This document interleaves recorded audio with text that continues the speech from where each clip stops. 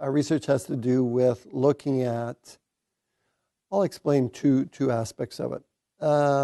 First has to do with a molecular and cellular approach to how you respond to your environment.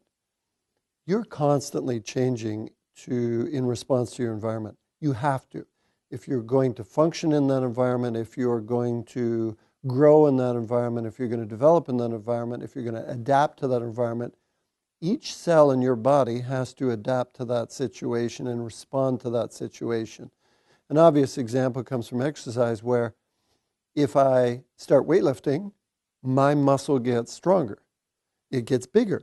Well, how does it know to do that? What are the messages that come to the muscle to tell it to get bigger? How does it know what's going on outside? So at a cell level, one of the projects in our laboratory is looking at the single cell, looking at the nucleus inside the cell that has all the DNA and the genes in there. And that's the area that adapts and creates more protein so that your muscle gets bigger. What we look at are the messages that go from the outside of the cell as that cell gets attacked by that different environment. It sends messages to the inside of the cell, and proteins run right into the nucleus and turn genes on and off.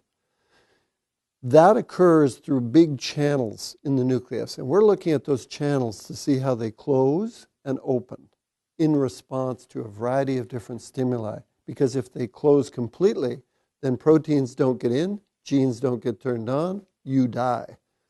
Or the opposite, if they go too far open, maybe certain things happen as well. So we're looking at how they respond in disease situations. Do those channels adapt? Are they a target now for us to look at to change how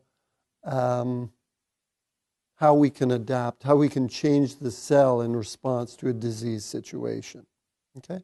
So that's one of our projects that are in the laboratory.